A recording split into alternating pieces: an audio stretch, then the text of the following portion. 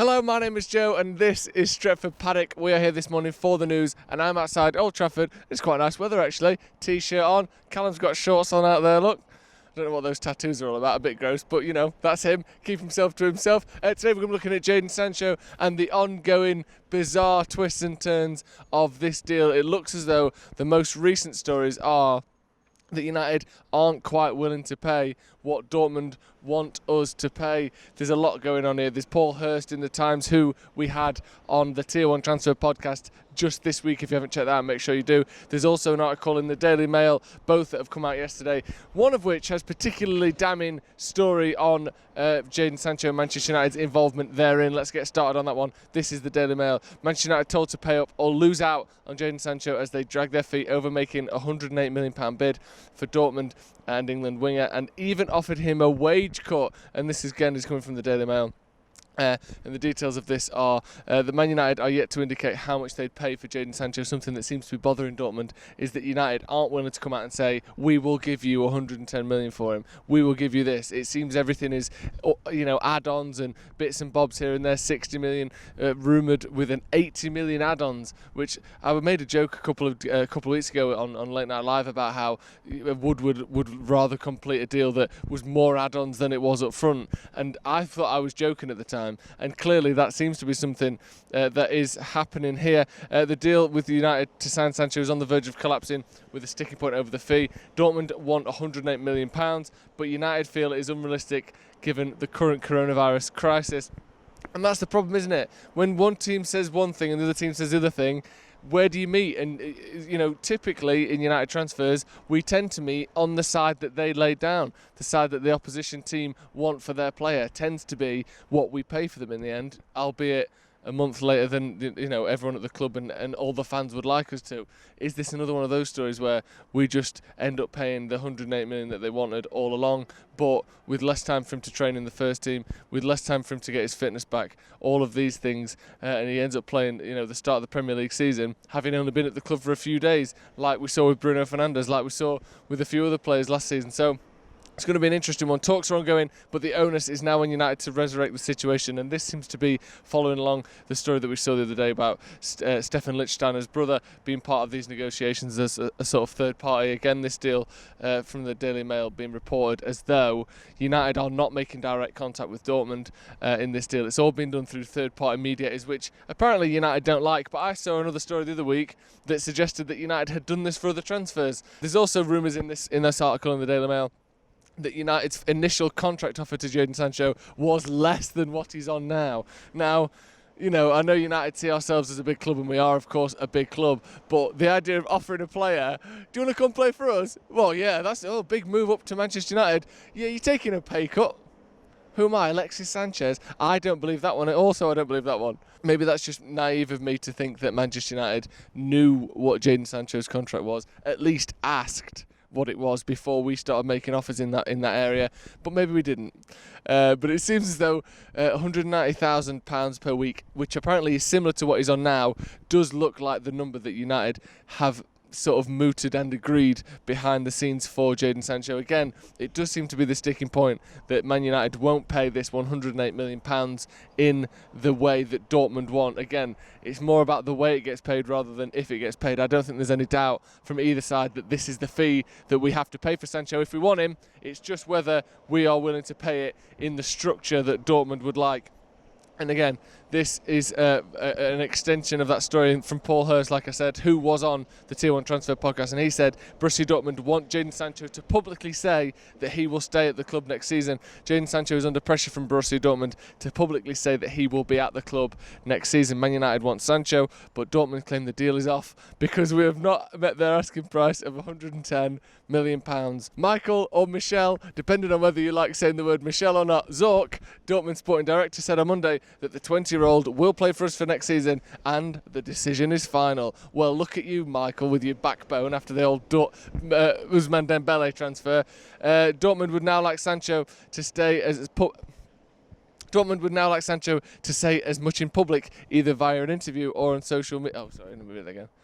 Dortmund would now like Sancho to say as much in public, either via an interview or on social media. The England forward rarely conducts interviews, so it remains to be seen whether he agrees to their request. Again, this just seems like I said, the general sort of equation that leads to a transfer. It's good news plus good news plus good news minus major bad news equals, oh look, it's done. Now that is a very basic, equation. I'm not Edward Einstein's or whatever he's called, but it does seem as though every single major deal United have ever done involves this stage, and usually this stage it also is encompassed by Real Madrid coming to gazump United for Jadon Sancho, because we're sort of certain that there are no other suitors for Sancho, certainly not in this window. It seems as though all the negativity, all the spin, all the sort of the bargaining chips that Dortmund are using are centred around this fee. There's no way of them to say, well, if you don't sign him, Juventus will sign him. I think they have to go for the more kind of, we know that there's no one else here, but he's quite willing to stay. Let's get him to say that he's willing to stay, and then we've got a better position to negotiate from. Every single one of these articles that I've just quoted from here all say that this deal is still ongoing. And despite Michael Zorc or Michel Zorc's, opinions on the contrary, that this deal is not done by any means, it just seems to be part of the negotiation process. And that doesn't mean that this deal will certainly happen, as it looks as though we're in the sort of the trickiest stage yet, but it does mean that, take all of this stuff with a pinch of salt, because I reckon the talks are still ongoing. Our next story today then, and this is the story that Twitter has apologised to Phil Jones and Manchester United after it posted a tweet on its official UK account that appeared to poke fun at Phil Jones. It didn't appear to poke fun at Phil Jones, it did poke fun at Phil Jones. This was Twitter UK on Twitter, which that's just what they're called because they own it. They're allowed to call themselves Twitter UK at Twitter. Name a better footballer than Phil Jones. This was tweeted yesterday and then subsequently deleted after some backlash from both the club and supporters as well. And it's just a bit of a piss take, isn't it? There's no need to have a go at football players like that, especially Phil Jones, who's had his difficulties with injuries, had his difficult time at Man United in recent seasons, and then you got people piling on when it's supposed to be official Twitter accounts who don't like bullying, and then all of a sudden they're willing to have a go at Man United players for essentially nothing. He seems like a good bloke to me. I know he's received criticism, like I said, over the last few years for his performances and his unavailability due to injuries consistently, but we don't need public-facing social media accounts that are owned by the own social media account that they're posting on, which already is a bit weird. Twitter.com don't need its own Twitter account. You're there already. We know that Twitter exists. People use social media to push their brand, to try and get their ideas and their opinions out there. Twitter, we know you're there. We're already on it. Take a break, will you? There's no need for it, is there? Let us know what you think to that in the comments. Let us know what you think. I reckon. Also, right, sorry to just not say a sentence for a few seconds, but I've got one in my head now. I don't think that it's a good joke anyway. Saying, name a better footballer than Phil Jones. Who wrote this? Some 13-year-old Arsenal fan. That's meant to be Twitter's official. It's a piss take that someone with an official Twitter account would be tweeting something as sort of childish and as petulant as that about a professional footballer anyway. And it's also just a bad, overplayed, stupid joke. Just bad all round. Stupid, Twitter. Get over yourself. And finally then, this is the news that Manchester United will be wearing their new away kit on Sunday in the semi-final of the Europa League against Sevilla. This has been confirmed by Sevilla FC on their website with a little sketch drawing of a lovely black kit that Man United are going to be wearing alongside Sevilla's new kit as well. Also, I mean, don't care about that one, but this kit hasn't actually been officially announced or released by Manchester United yet. Of course, we know that this is coming. We've seen all the pictures. It's sort of black with a kind of tigerish type, some sort of print on it, camo maybe, somewhere between a tiger and a camo. Sounds right up Stephen Howson's alley if you ask me. But United should be wearing this kit in the game against Sevilla on Sunday. I'm never quite sure why, when the opposition team is wearing white, we aren't wearing red. I know that we're the away team, so wear your away kit. But if you don't clash, away kits are to stop kit clashes, not to sell shirts. But, well, would you guess it, modern football, you have to sort of sell shirts, don't you? But yeah, this is the first time United will be wearing